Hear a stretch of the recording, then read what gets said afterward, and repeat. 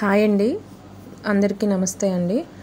ఇప్పుడు నేను మొక్కలకి మంచిగా ఉపయోగపడే ఒక ద్రావణం చేయబోతున్నాను. అదే నేను అరటిపళ్ళుతో మన ఇంట్లో వాడిపడేసిన అరటిపళ్ళు కానీ, దేవుడికి పెట్టిన చీమలో లేకపోతే ఏమైనా అలా వాలిన అరటిపళ్ళు కానీ, బాగా మాగిపోయిన అరటిపళ్ళు కానీ ఉంటుంటాయి కదండి అప్పుడప్పుడు. వాటిని ఒక 6-7 తీసుకున్నానండి. కాస్త బెల్లం, అందులో బెల్లం, నెక్స్ట్ ఒక ఎంటీ డబ్బా ఒకటి, ఓన్లీ అంటే మూత ఉన్న డబ్బా ఏదైనా తీసుకోండి, మీ దగ్గర ఏది ఉంటే అది.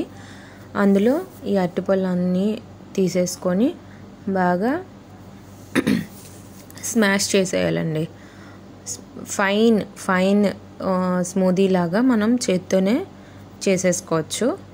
బాగా చేసేసుకొని ఇది అది అలా అవుతుంది, చేస్తున్నాను కదా.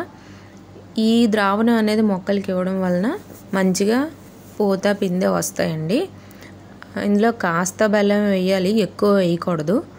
ఎక్కువ వేస్తే ఏంటవుతుందంటే మొక్కలకి బాగా హీట్ ప్రొడ్యూస్ అయ్యి ఆకులు అవి రాలిపోవడం, అంటే ఈ వేడిని తట్టుకోలేక మళ్ళీ సో అందువలన ఇబ్బంది అవుతుంది. ఈ ద్రావణాన్ని ఇవ్వడం వలన ఈ ద్రావణాన్ని 1:5 రేషియోలో ఇస్తామండి. ఇలా బాగా బెల్లమును అరటిపళ్ళు, ఇప్పుడు ఆ బెల్లం అందులో వేసుకొని, ఇప్పుడు అరటిపళ్ళు కలుపుకున్నాను కదా, ఇప్పుడు బెల్లాన్ని కూడా అందులో తీసుకొని రెండు బాగా కలిసేటట్టు బాగా కలుపుకోవాలి. కలుపుకున్న తర్వాత దాన్ని టబ్బు నింపుగా వాటర్ పోసుకొని 2 రోజులు అలానే పెట్టుకోవాలండి. 2 రోజులను పొద్దున్న సాయంత్రము కలిగి తిప్పుకుంటూ, పొద్దున్న ఒకసారి సాయంత్రం ఒకసారి కలిగి తిప్పుకుంటూ ఉండాలి. 2 రోజుల తర్వాత దీన్ని మనం 1:5 రేషియోలో 1 లీటరు ఈ ద్రావణం అయితే 5 లీటర్స్ అనేది ప్లెయిన్ వాటర్ అనేది యాడ్ చేసుకుంటూ మన మొక్కలకి అన్నిటికీ ఇచ్చుకోవాలండి. ఎప్పుడైనా ఈ ద్రావణాలు ఇచ్చే ముందు మొక్కలు అనేది కాస్త తడిగా ఉన్నప్పుడు మాత్రమే ఇవ్వాలి. బాగా డ్రై అయిపోయిన తర్వాత ఈ ద్రావణాన్నే ముందు వేయకూడదు.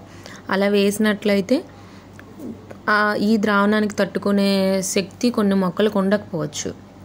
సో అందుకని ఆ భూమిలో బాగా ఇంకిపోవాలంటే ముందుగా కొంత వాటర్తో, ప్లెయిన్ వాటర్తో తడుపుకున్న తర్వాత ఇలాంటి ద్రావణాలు ఏమైనా ఇచ్చుకోవచ్చు మనం మొక్కకి.